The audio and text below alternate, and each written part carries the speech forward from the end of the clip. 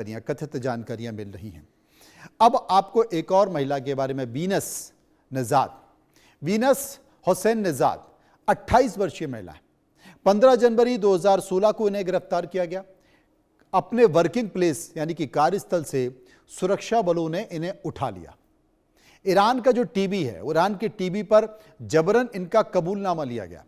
प्रदर्शन आयोजन को कबूलने के लिए कहा गया कि भाई हमने जो विरोध प्रदर्शन किया था आप उसकी जिम्मेदारी लो, कि हाँ हमारा ही था, और उन्होंने उसे कबूल भी कर लिया था। हालांकि ये उसमें विरोध प्रदर्शन में शामिल नहीं हुई थी, यह जानकारी भी आ रही थी। बस मीडिया रिपोर्ट में इन्हें बलि का बकरा बनाने की चर्चा जरूर निकल कर आई थी, क्योंकि ये बहाई नागरिक बताई जाती है। अब बाहरी नागरिक बताई जाती हैं तो इनको लेकर इस तरह की कार्रवाई भी हो रही है कि साहब बाहरी लोगों का इस विरोध प्रदर्शन में काफ़ी लेना देना था। अब एक और नाम आपको बता दूं, वो नाम है पनाह मुबहदी। ये भी किशोरी हैं, यानी कि ये बहुत कम उम्र की हैं। जो प्रदर्शन चल रहे थे उस प्रदर्शन में, ईरान के प्रदर्शनों में इनके ऊपर भाग लेने का आरोप है। इन्हें गिरफ्तार किया गया। लॉ फेयर प्रोजेक्ट के अनुसार ये 2 किशोरियों के साथ उन प्रदर्शनों में शामिल हुई थी, लेकिन इन्हें गिरफ्तार कर लिया गया। इन्हें गिरफ्तार कर लिया, वहां की जो सुरक्षा एजेंसी है इन्हें पकड़ लिया गया। इनके ऊपर भी फांसी की तलवार लटकी हुई है। ये जितने भी फोटो मैं आपको दिखा रहा हूं, जितनी भी पिक्चर दिखा रहा हूं, ये वो तस्वीरें हैं जिन्हें डोनाल्ड ट्रंप ने पोस्ट किया है अपने सोशल मीडिया ट्रुथ के जरिए। इनके बारे में विस्तार जानकारियां एकत्र करके मैं आपको दे रहा हूं कि भाई आखिर ये हैं कौन, इनके ऊपर क्या आरोप है। ये सभी महिलाएं ईरान के हालिया विरोध प्रदर्शन यानी कि जनवरी 2026 या फिर इससे पहले जो महिला अधिकार आंदोलन से जुड़ी हुई थी वो बताई जा रही हैं। ह्यूमन राइट्स संगठनों का यह कहना है कि इनके ट्रायल अनुचित और जल्दबाजी में लिए गए हैं, जबकि ईरान इन्हें राष्ट्रीय सुरक्षा के मामलों में दोषी ठहरा चुका है। ट्रंप का पोस्ट ईरान के साथ शांति वार्ता में डील का मुद्दा माना जा रहा है। कुछ जानकार इसे मानवीय अपील के तौर पर देख रहे हैं, या यूं कहें कि ट्रंप अपनी छवि को बदलना चाहते हैं। अभी उनकी छवि ऐसी दिखाई दे रही है, ईरान उनकी ऐसी छवि बना रहा है कि वो मानवीयता के खिलाफ है। लेकिन डोनाल्ड ट्रंप ने यह पोस्ट कर एक संकेत दिया है कि वो मानव हितों के लिए कितने सचेत हैं और संजीदा भी हैं। असल में ग्लोबल खबर बनी है कि 8 महिलाएं, जिनका जिक्र आप टीवी स्क्रीन पर देख रहे हैं, ये 8 महिलाएं हैं। इन 8 महिलाओं की जो तस्वीरें हैं, असल में डोनाल्ड ट्रंप के हस्तक्षेप का एक बड़ा कूटनीतिक मोड़ भी यहां पर आ गया है।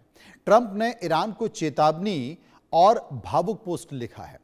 वो ट्रंप लिखते हैं कि उन्हें नुकसान ना पहुंचाया जाए, यानी कि 8 महिलाओं को नुकसान ना पहुंचाया जाए। चर्चा यह है कि क्या यह ट्रंप की मानवीय अपील है या फिर ट्रंप की कोई रणनीतिक स्ट्रेटेजी है। अब देखिए, इधर पाकिस्तान में ईरान और अमेरिका के साथ टेबल पर बैठकर डील होने वाली है। कल पहुंचने वाले थे लेकिन कोई नहीं पहुंचा, वो आगे और बढ़ चुकी है। लेकिन इस बीच क्या हुआ?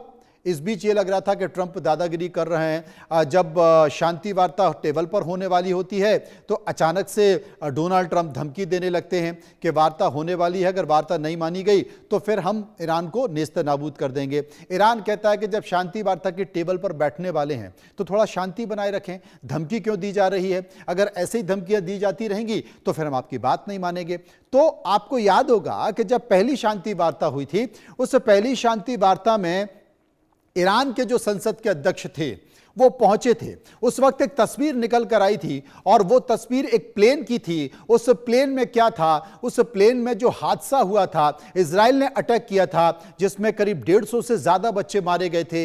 उनके बैग रखे हुए थे, उनकी किताबें रखी हुई थी, खून से सने हुए कपड़े रखे गए थे, और वो शांति वार्ता के पहले एक भावनात्मक पोस्ट थी।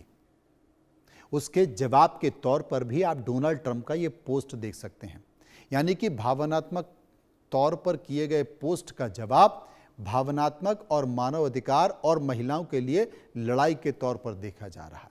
ट्रंप का यह पोस्ट क्या है?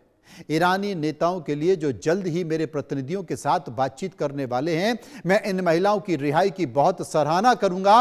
मुझे यकीन है कि इस बात का सम्मान ईरान करेगा और आपने ऐसा किया, कृपया उन्हें कोई नुकसान ना पहुंचाए। यह हमारी बातचीत की एक शानदार शुरुआत होगी। कौन कहते हैं? डोनाल्ड ट्रंप कहते हैं। इन 8 महिलाओं की फोटो लगाकर डोनाल्ड ट्रंप कहते हैं ईरान पर इन महिलाओं को लेकर अंतर्राष्ट्रीय दबाव अब दिख रहा है। संयुक्त राष्ट्र और एमनेस्टी इंटरनेशनल ने भी ईरान से इन मृत्यु दंडों पर रोक लगाने की अपील कर दी है। डोनाल्ड ट्रंप ने जैसे ही पोस्ट किया, अचानक से इंटरनेशनल एमनेस्टी ने कहा कि भाई इन पर रोक लगाई जानी चाहिए। लेकिन क्या हुआ, अब इसका असर देखिए आप। ईरान की न्यायपालिका ने फिलहाल इसे अपना आंतरिक मामला बताते हुए किसी भी विदेशी हस्तक्षेप को स्वीकार करने से इनकार कर दिया है। अब कुछ जगह खबर यह भी आ रही है, अभी तो उन्होंने कहा भाई आप हमारे फटे में टांग मत डालो, यह हमारा मैटर है, हम निपट लेंगे, आपको जो करना है पहले वो करो, शांति वार्ता की टेबल पर बैठो।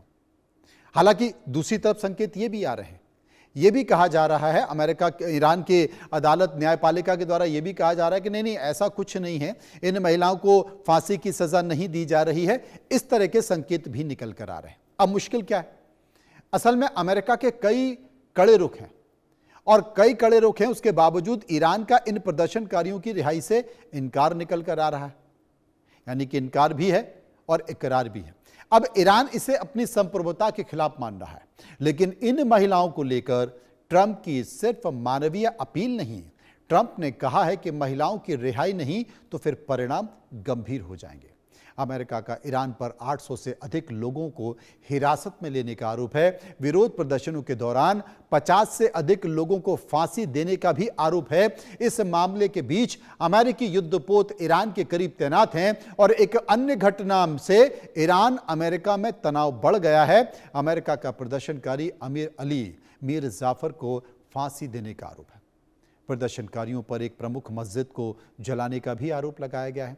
अमेरिका का ईरान में फांसियों का सिलसिला तेज करने का भी आरोप लगाया गया है, क्योंकि रिजिम चेंज नहीं हुई। जिस रिजिम को लेकर प्रदर्शनकारी सड़कों पर आए थे, जिस रिजिम को लेकर डोनाल्ड ट्रंप ने ईरान पर हमला किया था, वहां के सबसे सुप्रीम लीडर को मार दिया था, आयतुल्लाह अली खमेनी को मार दिया था, लेकिन रिजिम आज भी वही है।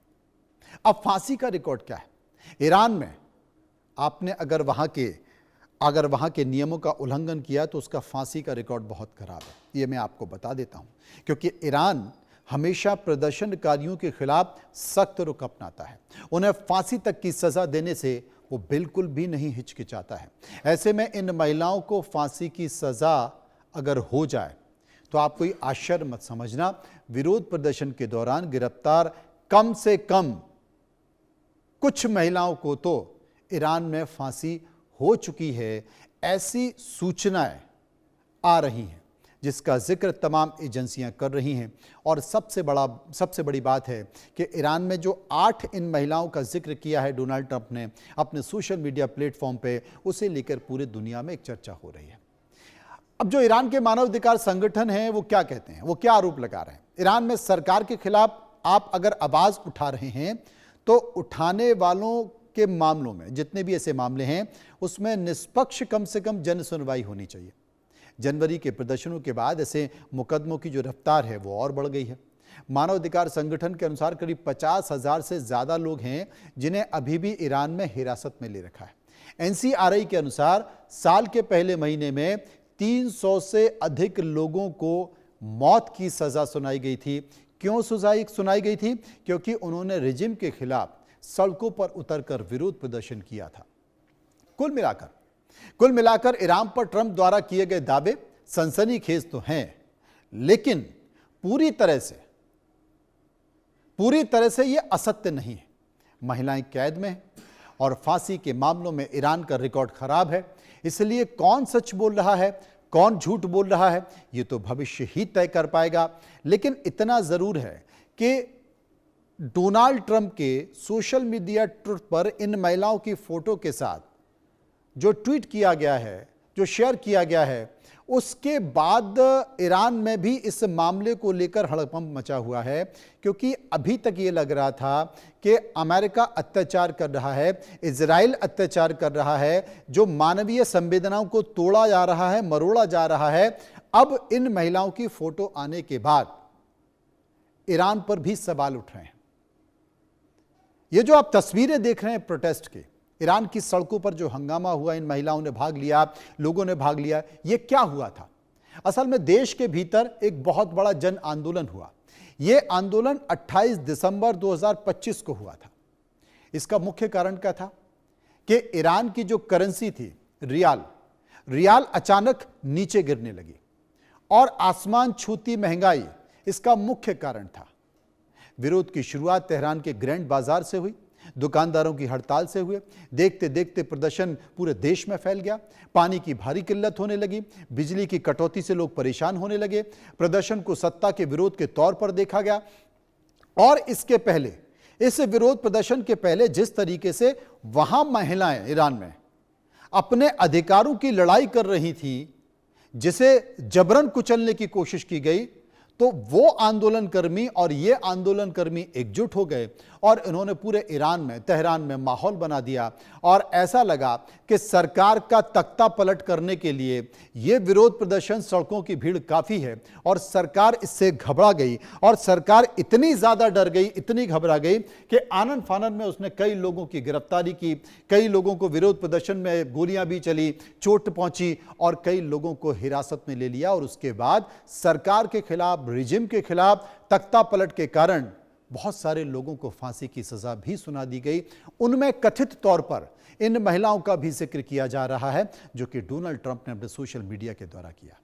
अब देखते हैं कि डोनाल्ड ट्रंप ने अपना जो भावनात्मक कार्ड फेंका है, क्या वो चल पाएगा? ईरान इसे गंभीरता से लेगा या नहीं? फिलहाल कह नहीं सकते। समझिए.com में इतना ही। नमस्कार।